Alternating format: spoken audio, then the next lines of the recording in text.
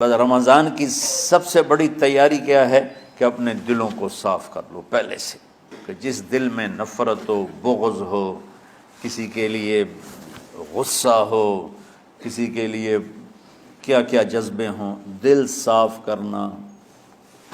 ہمارے گھروں میں روزانہ جھاڑو ہوتا ہے، یہاں مدرسے میں روزانہ صفائی ہوتی کہ نہیں ہوتی؟ کیونکہ دنیا کی اصل گندگی ہے تو جھاڑو ہاتھ سے نہیں چھوٹ سکتا۔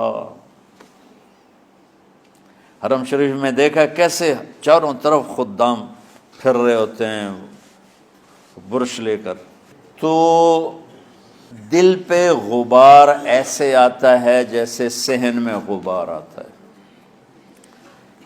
دل پہ گندگی ایسے آتی ہے جیسے صحن میں آتی ہے۔ تو ہم نے نظام بنایا ہوا ہے، لوگ مقرر ہیں وہ روزانہ جھاڑو دیتے ہیں۔ تمہارا دل ایک آنگن ہے، ایک صحن ہے، اس میں بغض، نفرت، حسد، پتہ نہیں کیا کیا گندگیاں آئیں گی اور آتی رہیں گی۔ بچوں ایک کام کرو، جھاڑو پکڑ لو، صاف کرو۔ یا اللہ معاملہ تجھ سے کرنا ہے، لوگوں سے نہیں۔ کسی نے برا کہا، کسی نے غیبت کی، کسی نے گالی دی، کسی نے دھکا دیا، کسی نے حق مارا، کسی نے کچھ کیا، یا اللہ تیرے سپرد میں نے اپنے دل کو سب سے صاف کیا، میں نے اپنے دل کو سب سے صاف کیا۔ یہ اتنی بڑی عبادت ہے کہ بڑے بڑے نفلوں والے، تہجد والے، حج عمرے روزے والے تمہیں نہیں پکڑ سکیں گے، کیونکہ اس کا کرنے والا دنیا میں کوئی نہیں۔ نفل پڑھنے والے تو بے شمار ہیں، عمرے کرنے والے بے شمار ہیں، علماء بے شمار ہیں، حاجی بے شمار ہیں، سخاوت کرنے والے بے شمار ہیں، لیکن اس ٹکڑے کو صاف کرنے والا لاکھوں میں ایک بھی نہیں ہے۔ مشکل کام ہے، آپ یہ سیکھ لیں، صاف کرو، صاف کرو، صاف کرو۔ یہ رمضان کی سب سے بڑی تیاری اور علم کو حاصل کرنے کی سب سے بڑی چابی ہے کہ اپنے دل کو کھلا کر لو۔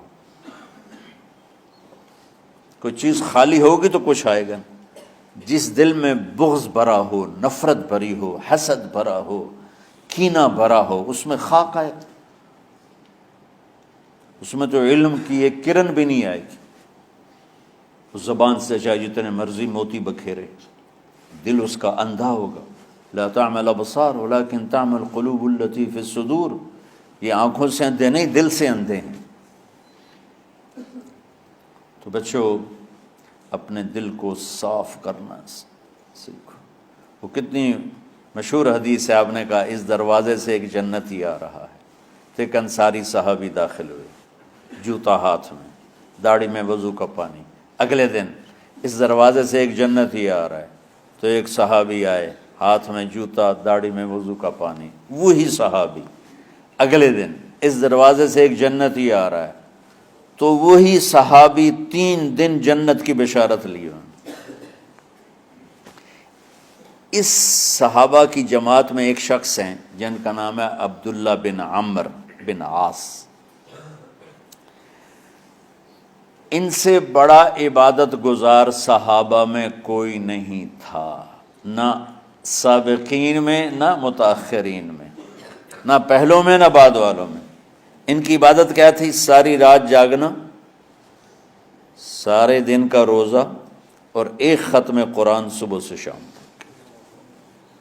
اتنی اللہ نے طاقت دی تھی۔ پھر وہ غلوب والی بات آ گئی،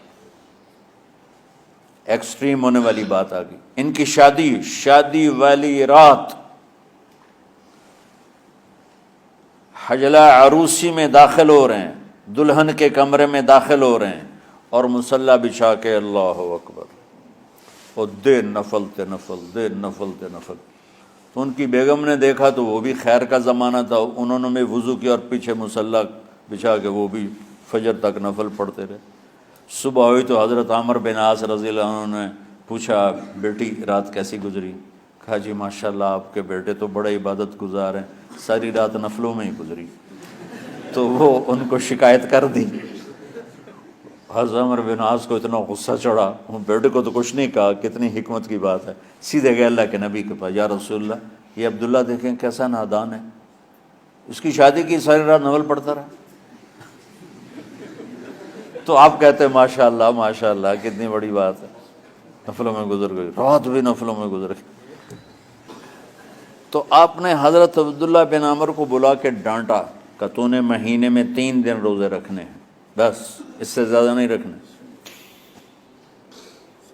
اور ہفتے میں 1 قرآن ختم کرنا ہے۔ کہا یا رسول اللہ میرے اندر طاقت زیادہ ہے۔ پھر اچھا 15 دن روزے رکھنے، کہ نہیں میرے اندر طاقت زیادہ ہے۔ آپ اس کو تھوڑا تھوڑا کر کے گھٹاتے رہے، اور وہ ہر دفعہ نہیں یا رسول اللہ میرے اندر طاقت زیادہ ہے۔ تو آخر میں آپ نے کہا اچھا چلو صوم داؤدی پہ آ جاؤ، 1 دن روزہ رکھو، 1 دن افطار کرو، اور 3 دن سے پہلے قرآن ختم نہیں کرنا۔ تو آپ نے اس کو پیچھے کیا۔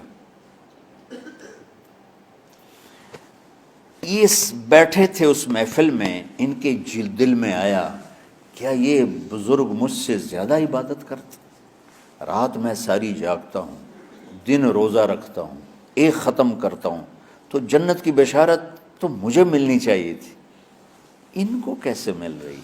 یہ کسی کتاب میں نہیں لکھا کہ یہ ان کا جذبہ تھا، لیکن جو کہ میں ان کی سیرت کو جانتا ہوں تو مجھے خیال آتا ہے کہ ان کی نفسیات میں یہ بات آئی ہوگی، چونکہ صرف انہی کو خیال آیا کہ میں جا کے دیکھتا ہوں کہ یہ بزرگ کیا کرتے ہیں۔ تو ان کے پاس پہنچ گئے، چاچا، ذرا وہ ادھیڑ عمر تھے، چاچا وہ میرے ابا تھوڑے ناراض ہیں، تو کچھ دن آپ کے پاس گزار لوں؟ کا بیٹا بسم اللہ آ جاؤ۔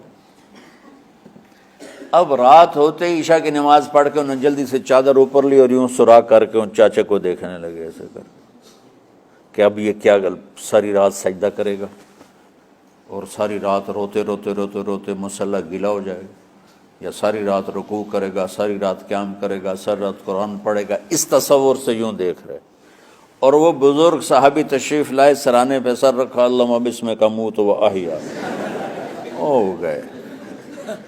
اب یہ دیکھ رہے ہیں ابھی اٹھیں گے، ابھی اٹھیں گے، ابھی اٹھیں گے، اٹھے نا، فجر کی اذان پہ اٹھے۔ اب یہ تو حیران پریشان ہو گئے کہ یہ کیا ہو؟ اس زمانے میں تو منافق تہجد نہیں چھوڑتے تھے ڈر کے مارے کہ پتہ نہ چل جائے ہمارے کفر کا، تو یہ چاچا جنت بھی لے گیا تو ستا بھی پیا کہ چلو کل دیکھوں گا۔ اگلی رات پھر چادر سر پہ کر کے اور یوں سوراخ کر کے لیٹے ہوئے اور دیکھ رہے۔ چاچا پھر تشریف لے اور سرانے پہ سر رکھا، اللہم بسمک اموت و احیا، ہو گئے۔ فجر کی اذان پہ اٹھے، یہ اور پریشان ہو گئے کہ میرا نبی کا فرمان تو سچا ہے، اس میں تو شک بھی کفر ہے، لیکن عمل کیا ہے جس پر اس کو جنت کی بشارت ملی؟ 2 رکعت نفل بھی نہیں۔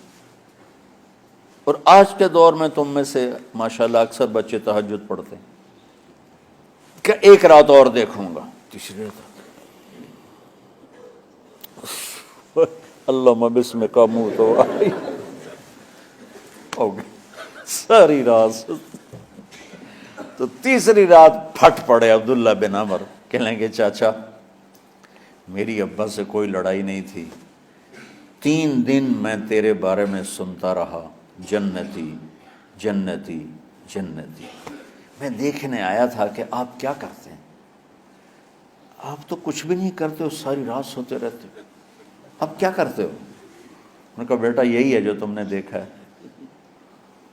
اب ان کو سمجھ میں نہیں آ رہا کہ یہ جوڑ کیسے بٹھاؤں، ادھر جنت کی بشارت، ادھر ساری رات خراٹے، اب یہ اس میں جوڑ کیسے بٹھاؤں، کیونکہ نبی کی بات تو غلط ہو نہیں سکتی۔ تو اب وہ نا ایسے نا بڑے بے دل سے ہو کر واپس مڑے، پتہ نہیں کی چکر ہوئے گی کوئی گل۔ جب وہ دروازے تک پہنچے تو کہنے لگے بیٹا ادھر آنا، واپس آ گئے۔ کہا میں تمہیں اصل راز کی بات بتاتا ہوں۔ کہا کیا ہے کیا ہے؟ تو یہاں ہاتھ رکھا، کہا یہ جو دل ہے نا اس میں کسی انسان کی نفرت نہیں۔